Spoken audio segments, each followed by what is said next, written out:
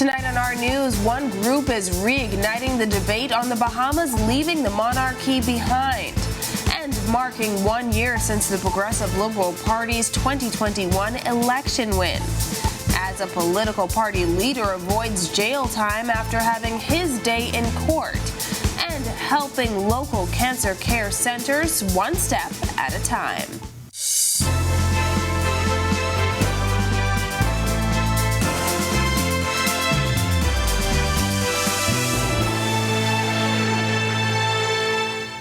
Welcome to our news and thanks for joining us. I'm Christina Dragovich. As the world prepares to say farewell to one of the longest serving leaders of our time, the future of the Commonwealth remains the center of great debate. In this exclusive interview with our Marlena Leonard, the new British High Commissioner to the Bahamas speaks about the death of the late Queen Elizabeth, her successor, King Charles, and the future of the Commonwealth of Nations. Thomas Hartley is new to his position, only taking on the role of British High Commissioner 4 weeks ago.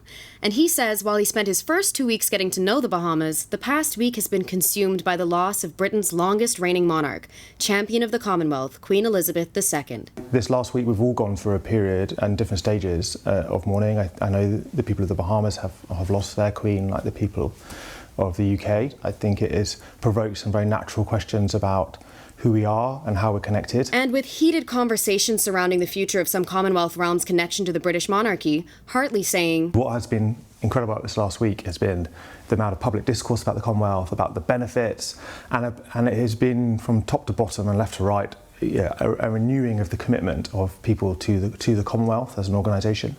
And I think that will long continue." When asked about King Charles III, the British High Commissioner praised his work ethic, dedication to the public service, and his belief in the possibility for Commonwealth relationships with the monarch to peacefully evolve. I think King Charles said this this summer in Rwanda, that the benefit of his long life has seen, it allows him to say that countries' relationship with the monarchy can change, and it can change calmly and without rancour, was the expression he used. And I think when Barbados last year went through that, I think exactly the same. And he is committed and completely natural, but it's completely natural for citizens to use this moment to reflect.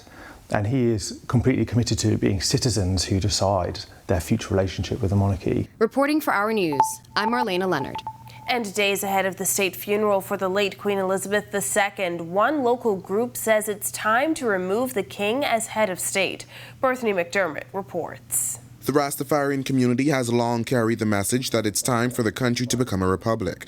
Rastafarian priest Rithman McKinney reinforcing that narrative tonight, saying it's time Bahamians stand up for their rights. We have our government to remove this Westminster system, because it's a yoke on us, like divided rule. The PLP, the FNM, the PLP and FNM, it makes no real growth within the black people, within our family when it comes to governance. Because it could be a former republic with a former democracy in it, but not this Westminster system. Queen Elizabeth II, the longest reigning monarch, died on September 8th, making her eldest son Charles king. But with this ascension to the throne, many Commonwealth nations, including the Bahamas, are questioning if they should move away from the crown. Right now, it's a time for black people to wake up and agitate and lobby and demand our fundamental rights, which is reparation, repatriation, mostly reparation. For those who want to go Africa, we want the stage to be set for those like myself and others. These residents we spoke to today both sharing different views. I feel like if we independent, we should have our own say. We shouldn't have to go to the Queen to do what we have to do. If we go republic, we probably will be like them Banana Republic, Jamaica, and them places. We're not that kind of thing. Reporting for Our News, I'm Bethany McDermott. In news from the courts, Coalition of Independence leader Lincoln Bain lost a bid to overturn a Supreme Court judgment ordering him to pay thousands of dollars. While Bain lost that part of the appeal, he has avoided a jail sentence. Jasmine Brown has the details in this report. The decision on the case involving the Coalition of Independence leader was handed down in the Court of Appeal. The COA justices decided not to overturn a Supreme Court judgment ordering Lincoln Bain to pay $64,000 to a woman who trusted him with her life savings in 2010. They also ruled in favor of quashing the default prison sentence of 90 days that the judge ordered him to serve if he doesn't pay. On December 6, 2021, Justice Cheryl Grant Thompson found that Bain had breached an April 2010 agreement to hold $40,000 in trust for Zinnia Roll for 3 years, with an annual 10% interest rate. At maturity, Roll should have received $53,240. By the time the court delivered its judgment, interest had increased the amount owed to $64,000. In an addendum to the judgment delivered on January 12, 2022, Grant Thompson said that Bain would serve 90 days in prison if he failed to pay the money by February 28th. The court also found that Bain's company Banny Shoe Warehouse had breached a May 2010 contract with Roll to sell shoes for her. Grant Thompson said she did not believe Bain's claim that an employee had forged his signatures on the agreements at Roll's request after his shoe store burned down in November 2010. Lawyers for Bain and Banny Shoe Warehouse sought to have the judgment set aside, claiming that the judge did not properly assess the evidence. Delivering the ruling on behalf of the Court of Appeal, Sir Michael Barnett said it was plainly wrong for the trial judge to make an addendum to her ruling without hearing further arguments. Reporting for our News, I'm Jasmine Brown. Thanks, Jasmine. Meanwhile, a doctor has been convicted of raping a woman more than a decade ago following a week-long trial. Prosecutors alleged that 52-year-old Dr. Gerald Forbes sexually assaulted the 20-year-old woman in the bathroom of an office on March 9, 2010. The victim, now 32, testified that she worked in the same building where Forbes' clinic, Carmichael Medical, was located. She said that Forbes asked her to answer his phone when he was away. She testified Forbes came upstairs with the cordless phone, and when she opened the door, he manhandled her and raped her in the bathroom. For his part, Forbes never denied that sex took place, but he claimed it was consensual. Forbes has been remanded to prison pending sentencing on November 11th. Tropical storm Fiona may strengthen and impact the southern Bahamas by early next week. So what do you need to know to be prepared? Meteorologist Greg Thompson is in the Weather Center with some insight. Thanks, Christina, and welcome everybody for our first look at weather on this, last day of the week? Yeah. We are still watching Fiona out there. It's trying to get its act together, but we will tell you more about that later on in an extended forecast. Outside the studios right now, though, temperatures are still on the warm side, 87 degrees with few clouds. Easterly winds at 12 miles per hour, and your field slight temperature, a very warm 93 degrees. Weakening frontal boundary and a surface trough or low-level disturbance still hanging out across the northwest Bahamas. That's the trigger for some showers and some thunderstorms, and that will continue to be the weather pattern throughout the night and into tomorrow, as this system is not going to be moving out here very, very quickly. High pressure dominates the remainder of the islands. A lot of sunshine that allowed our temperatures to get up into the 90s, and a couple of spotty showers down there, but most of the activity staying across the northwest Bahamas, so look for some more showers later on tonight through tomorrow. That's your first look at weather. Your extended forecast is still to come. Thanks, Greg. Still to come on our news, how things have changed and how some remain the same on the anniversary of the 2021 general election. Plus, former residents of Dome City say they were forced to leave their belongings behind. Tonight, the Minister of State responds. Stay with us.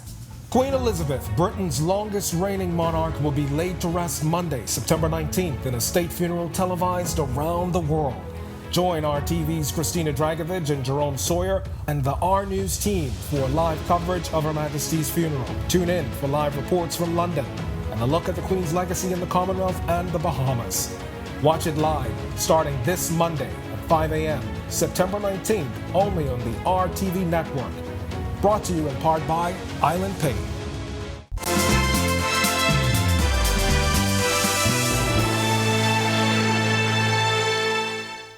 The 2021 general election saw record low voter turnout, which resulted in a landslide at the polls as the Progressive Liberal Party secured victory. But what does it say about the future of elections and the process in the country? From a permanent voter register to more transparency on Election Day, a number of recommendations have been made by the Commonwealth Observers Group following the 2021 general election. But questions remain and action lacks on several recommendations that echo the last COG report in 2017. Among them, the introduction of campaign finance legislation, a regulatory framework for the registration of political parties, and the establishment of an independent election management body. The final report on the 2021 general election notes eligibility criteria and clear terms of employment for the parliamentary commissioner, including conditions for dismissal, would help ensure transparency and greater impartiality of the role. So, has there been any progress to bring the Bahamas elections closer to international best practices? Amendments to the Parliamentary Elections Act in December 2020 led to the introduction of a continuous voter register. But there's another amendment that has yet to produce any changes in how we vote, one that allows for biometric permanent voter cards. However, to date, no such biometric cards have been introduced. Meanwhile, back in February 2021, Lovato Duncanson's statement on the matter. And so we will maintain that until such time as a decision is made to transition towards the biometric card. But at this time, we are continuing with the use of the paper card, the purple card. The paper voters' cards we use nowadays have been a part of the process for decades, in an age where many documents have now been digitized. Attempts to secure an interview with Duncanson since that COG report was published in late August were not successful. Well, our Sasha Lightbourne continues to feature women in the government administration. Tonight, she focuses on the youngest woman with a double portfolio and a cabinet post. Here's that report. JoBeth Colby Davis, who serves as the Member of Parliament for Elizabeth Estates, as well as the Housing and Transport Minister, admits the transition from the Senate into the House of Assembly, along with her double portfolio while being a wife and a mom, has not been easy. I got married in 2016. Then I went into the Senate in 2017. I actually carried my first child while I was being a senator. And so even then, I had to start prepping myself and organizing and managing my life so that I can learn how to balance. And she says it's not just that village that supports her, but her constituents as well.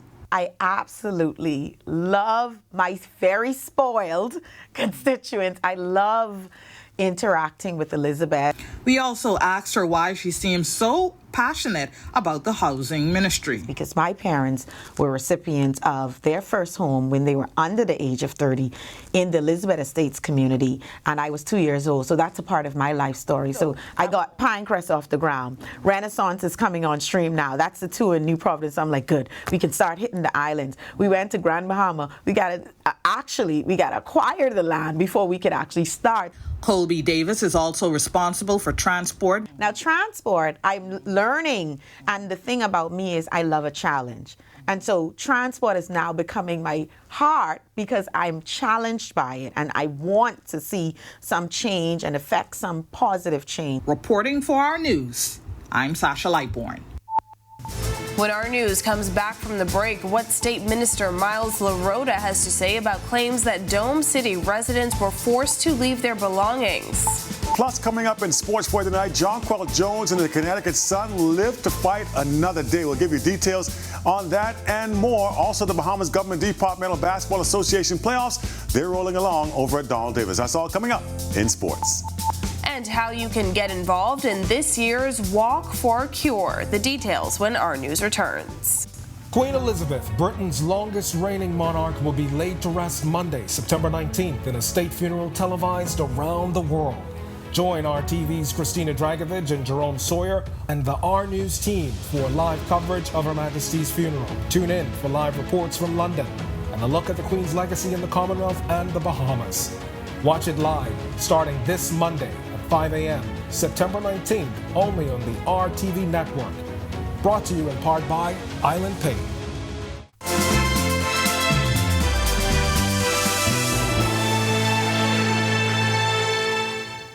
This is our news. Welcome back.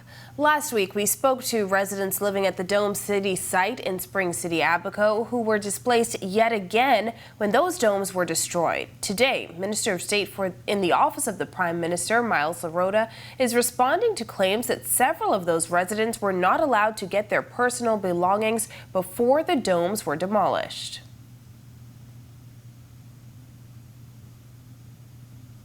My advice when I raised the issue, there was maybe one or two individuals. I would remind the press that not everything is said is the truth. I would have some information, and yet, because of the sensitivity of matters, I will not comment. The state minister says when he inspected the domes, there was mold and the domes were not sanitary. Sewage that were seeping out of the grounds, they were not fastened properly, and that they were not livable, and this government is going to find a way to relocate those individuals. I'm advised that was a very small number that was still there, but they all, in speaking to my colleagues at Social Services, who said all of those needs have been addressed. In sports tonight, Jonquil Jones and the Connecticut Sun survived to play another day in the WNBA Finals. Meanwhile, the latest from the Government League basketball playoffs. Marcellus Hall tells us more. All right, thanks, Christina. Welcome to our sports, everybody. I'm Marcellus Hall. Talk about responding with your backs against the wall. That was the situation last night for the Connecticut Sun as they rolled in, or rather played host to the Las Vegas Aces, a team that had beaten them twice already in the best-of-5 series and stood one win away from a franchise first championship victory. Well, Jonquil and the guys saying not so fast. Let's take a look at the highlights from Game 3. Well, the Connecticut Sun getting just what the doctor ordered as they faced off against the Las Vegas Aces. Game 3 of the WNBA Finals. Aces up 2-0 in the best-of-5, needing a win to keep the series alive and to also secure their first championship. Sun, desperation mode, on their home floor, hoping to keep things going. They would get a big night from Melissa Thomas as she recorded the first triple-double in WNBA Finals history. 16 points, 15 rebounds, 11 assists on the way to a 105-76 win to force a Game 4 on Sunday. As for Jonquil, she had a good night as well. 20 points, 5 rebounds, 4 assists in 24 minutes on the floor. We'll see how this thing turns out as the series shifts again back to Connecticut for Game 4 once again. Taking a look now at your latest from the Bahamas Government Departmental Basketball Association playoffs last night. 2 games on the agenda. Ministry of Youth, Sports and Culture, Panthers, they took on the Oak Street Crime Stoppers. This one a good one. Crime Stoppers get the win here 90-84. Roosevelt Wiley for the Panthers had 36 points. Dion McPhee for the Crime Stoppers had 24. Meanwhile, in the feature game, Bahamas Department of Corrections, they played the Ministry of Economic Affairs, Baines and Grantstown Cybots. Good one here again.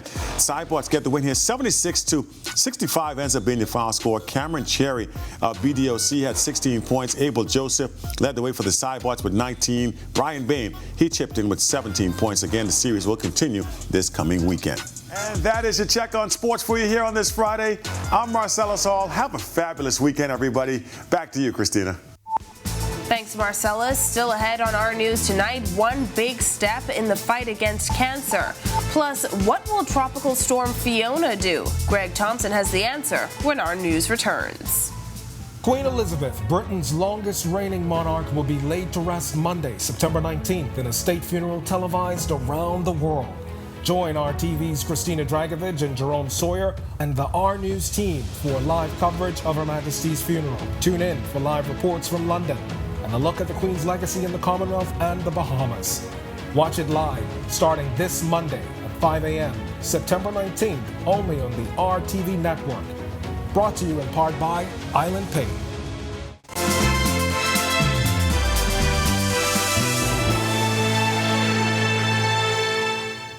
Welcome back to our news. It may be a rainy weekend ahead as Tropical Storm Fiona is expected to strengthen. Greg Thompson is back in the Weather Center with some advice for residents in the southern Bahamas. Greg? Welcome back, everybody, for our second look at weather. Of course, Fiona is the main topic out there in the tropics. We will continue to monitor that system. Meanwhile, we do have an area that the National Hurricane Center is also watching just in the north of the Bahamas. That's also attached to that weakening frontal boundary, National Hurricane Center giving that about a 10% chance for formation will continue to pull out towards the east. And there's another system out there in the open Atlantic, the National Hurricane Center not giving that much of a chance, and it should move into the open Atlantic. But Fiona is the name of the game right now. We are continuing to watch this system, a ragged system, lots of showers and thunderstorms, really disorganized. The low-level circulation is well ahead of the thunderstorms, and that indicates that the system is not really strong, but it will continue to move towards the west at about 40 miles per hour, still packing winds of 50 miles per hour. Should get near the Leeward Islands overnight tonight and then move near Puerto Rico by tomorrow. Eventually getting into the Dominican Republic by, that looks like Sunday into Monday. So the southeast Bahamas, Turks and Caicos Islands, you guys could start to see some showers as the system moves across that island chain. And we do expect it to be interacting with most of the mountain ranges across Puerto Rico as well as the Dominican Republic and Haiti. So we're expecting it to weaken some, but notice that as it moves off the shoreline north of the Dominican Republic, National Hurricane Center actually bumps that up to a hurricane. So we are going to continue to watch this one very closely. And we're asking you in the southeast Bahamas as well as the Turks and Caicos Islands, even the central Bahamas, to continue to monitor all statements on the system as it continues to push towards the west. The effects of this system, lots of showers and some strong winds as well as rough seas affecting most of the island chain, and as I mentioned, by Sunday into Monday should be affecting the Turks and Caicos Islands as well as the southeast Bahamas before it makes that turn towards the north and northwest. Also, rainfall is expected with the system anywhere from 1 to 2 inches, but even isolated amounts up to 4 inches across the southeast Bahamas. So there's a possibility for some flooding, but we will continue to keep you abreast of how the system continues to move towards the west. Boating forecast for the northwest Bahamas and the central Bahamas, east to southeast winds 10 to 15 knot, seas running 2 to 4 feet over the ocean. Your low tide was at 7:33 tonight. For the southeast Bahamas, east to southeasterly winds still a little stronger, 15 knots, and your seas will be running 3 to 5 feet over open waters. Here's a look now at your national forecast.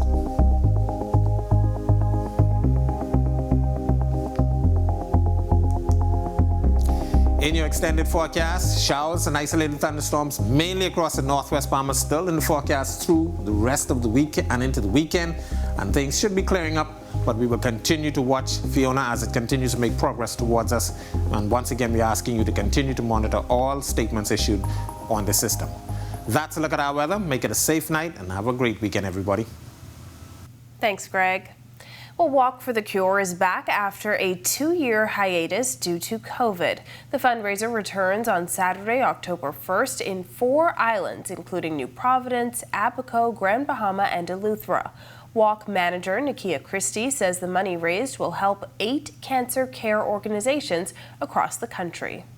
Here in New Providence, we'll be walking at Goodman's Bay Corporate Center, this beautiful route here, all the way down to Sandals Roundabout and back. So we want you all to come out. All proceeds from this walk go towards 8 cancer care organizations throughout the Bahamas. And so why not come out, get a little exercise in, have a fun activity. We're going to be transforming this whole area here into a mini health fair with lots of vendors and fun activities and cool down, prizes and surprises.